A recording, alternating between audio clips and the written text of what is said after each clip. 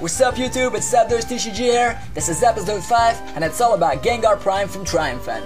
Gengar Prime has an average HP of 130 for a stage 2, but it also has a unique Pokebody. It states when Gengar is your active Pokemon and any of your opponent's Pokemon would be knocked out, that Pokemon goes to the Lost Zone instead of the discard pile. So your opponent can use that Pokemon during the rest of the battle, which can work in your favor if your opponent likes to put Pokemon from his discard pile into his hand or deck. Now to his attacks. With only one Psychic Energy, he can use his first attack called Hurl into the Darkness. This attack can put your opponent in a very tight spot. The attack states, look at your opponent's hand and choose a number of Pokemon you find there up to the number of Psychic Energies attached to Gengar, and then put all those Pokemon you chose in the Lost Zone. This is a perfect attack to combine with Lost World, which I'm gonna talk about in a second. Now his other attack is also pretty decent, putting 4 damage counters on your opponent's Pokemon in any way you like for a Psychic Energy and a Colorless Energy. That's just nice.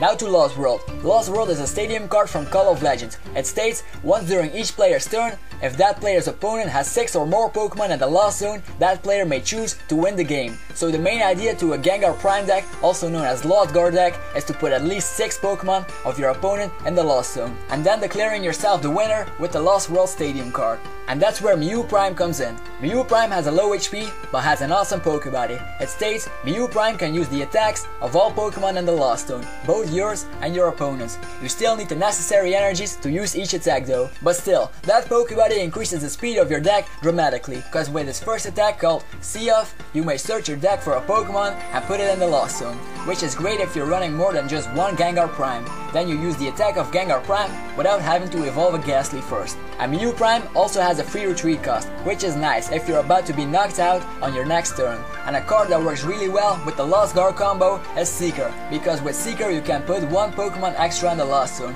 because your opponent has to put one of his bench Pokemon and all cards attached to it in his hand. But you have to do the same as well, which is totally worth it.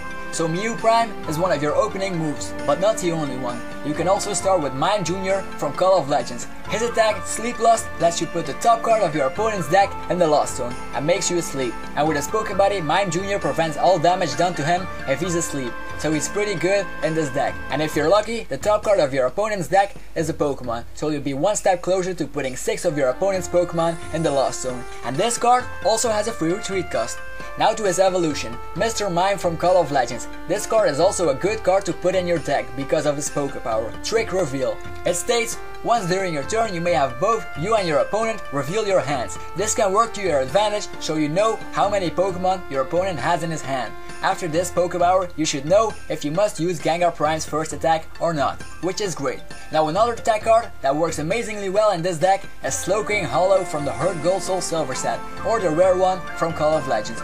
Slowking's Pokepower, Second Sight, states, once during your turn, you may look at the top 3 cards of either player's deck and put them back on top of that player's deck in any order. This is great if you have a Mime Jr. active and you want to make sure the card you put in the Lost Zone is a Pokemon. So yeah, this card basically supports Mime Jr.'s attack. And the last card I've put in the deck is Muk from Undaunted. This card can be great if you're planning to stall. You could start with Mime Prime and then throw Muk in the Lost Zone with Mime's first attack, See Off. Then you could use Muk's attack because he's in the Lost Zone, and Mime Prime can use all of the attacks of all Pokemon in the Lost Zone. And the attack you want to use is Sludge Drag. With this attack you can switch the defending Pokemon with one of your opponent's bench Pokemon of your choice. And the new defending Pokemon is now Confused and Poison. This could work very good if you're throwing a Pokemon with a high retreat cost on the active spot, or a Pokemon that needs lots of energies before it can attack, like Ambor for example. And after you drag the Pokemon you like to the active spot, you can use the free retreat of Mime Prime and start putting Pokemon in the Lost Zone with Mime Jr. or Gengar Prime. And that's it for this episode. Hope you guys enjoyed it, and if you have questions, comments or suggestions for the next episode, post them in the comment section as always. This was ZapdosTCG, thanks for watching, till next time.